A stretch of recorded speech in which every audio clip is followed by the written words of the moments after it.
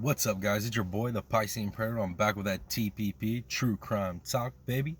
You know what time it is? If you could, smash that like. If you haven't already, smash that subscribe.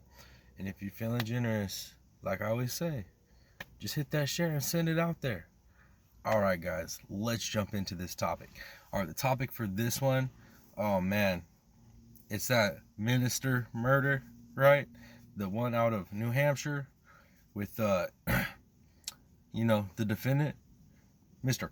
Brandon Castiglione. I think I said that right. Hopefully I said that right. It sounded kind of like one of them boys, from back in the day, the made men. But anyways, let's jump into the details here. All right, so first day of the trial. Now, this man is accused of murdering his pastor. Pastor, you know what I mean? He's accused of killing the dude. So I guess what it is that this man of God had been working his odd jobs here and there, and was working over at Brandon's house, or I should say his dad's house, and painting and whatnot. And from what the prosecution's trying to say is basically that they got into some type of argument, and then Brandon ended up killing him with his gun, right? When the cops showed up, Brandon's on the ground, like in this, I don't know, shock prayer like state, and the cops find a gun, which is Brandon's gun. They find a casing. Obviously, it's all tracking back to the gun, and it seems pretty shut, open and shut, right? Pretty open and shut. But here's the thing: as open and shut as it is, the defense is coming. They're coming for that throat, right? Because look we all know how the defense does.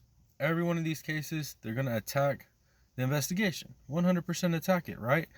But from what it's sounding like, is this defense is going to have a really, I don't know, I feel like they're going to have a really good chance at creating a lot of doubt.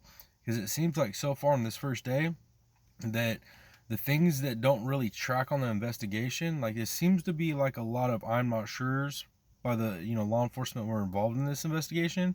It's a lot of I don't remembers, or I'm not really sure. It's just the really vagueness in these questions. So the defense is already kind of like picking them apart. So as open and shut as this should be, it definitely seems like, I don't know, the defense might have something. I'm not saying the guy didn't do it. I'm just saying the defense might actually, they might have it out here, because basically what they're trying to pitch is that Brandon's like, devout, and then in the Pentecostal, church, there's prayer, there's deep prayer, meditation, and speaking in tongues and this and that. And he's supposedly known for being able to go into these hour and a half of like just deep prayers where he's like literally blocked everything out. So they're trying to claim that this had happened while he was in a deep prayer, and then it was as perpetrated by somebody else. Like that's kind of what the defense is implying. Kind of crazy that you'd be in such deep prayer that you couldn't come out of that while somebody's in the house retrieving your firearm and shooting the man of God that's doing work for your dad in the house. That's crazy, right? Come on, that's crazy, right? I mean, I've been around a lot of spiritual people, a lot of people of different faiths, and I've seen some pretty deep prayer, but I don't think I've ever seen anybody so deep in prayer that they don't hear somebody coming in and shooting somebody. So it's like, I don't know if that's gonna work, but like calling into question all the things that were done in the investigation, from like claiming to do gunpowder swabs that they can't find evidence of them ever being done, to just like nobody really knowing who was in control of like the logbook for the crime scene that day. It's already seems kind of messy. So the defense might have some. They might legitimately have an angle on this, because it only takes one person. You know what I mean? Only takes one person to be swayed on that jury, for the defense to get what they want. I mean that's all that has to happen. But anyways, my Brandon Castiglione, he's being charged with 2 counts of second-degree murder, right? And we'll see. We'll see.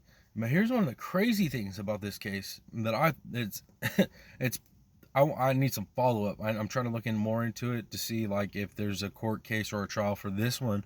But basically 2 weeks after the murder of this man of God, Mr. And I forgot to mention his name, the victim. I apologize.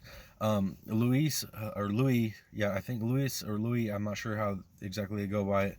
Different people call him different things, but Garcia.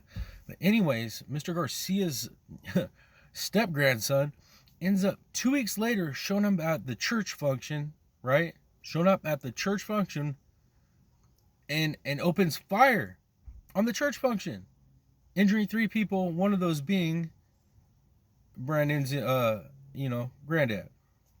It's crazy, dude. It's absolutely crazy. I hadn't even heard about this case until the trial popped up, and then I started looking into it, and I was like, man, I think I'm gonna go ahead and follow this one for the channel. We'll do a daily update on it. And then this first day has not disappointed with the opening, arguments on both sides, and so far the questioning on law enforcement that was involved. It looks like it's gonna be a good trial. It looks like it's gonna be an interesting trial, because right out the gate I can't tell you which way it's gonna go, because usually when we have the weapon, the body, the person, everything's boom right there for us, it's kind of like, we know what's gonna happen, guilty, right?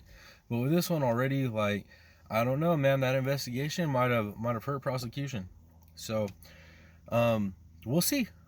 But I'm definitely, this one I'm gonna be watching and following every day and keeping you guys updated on. So hopefully y'all are interested in this one. But I'm gonna go ahead and wrap it up, and I'll get back to you tomorrow with new update on the next day, day 2. But yeah, other than that, guys, I hope you guys have an amazing Tuesday. Right? Tuesday? Yeah. Hope y'all out there crushing some tacos.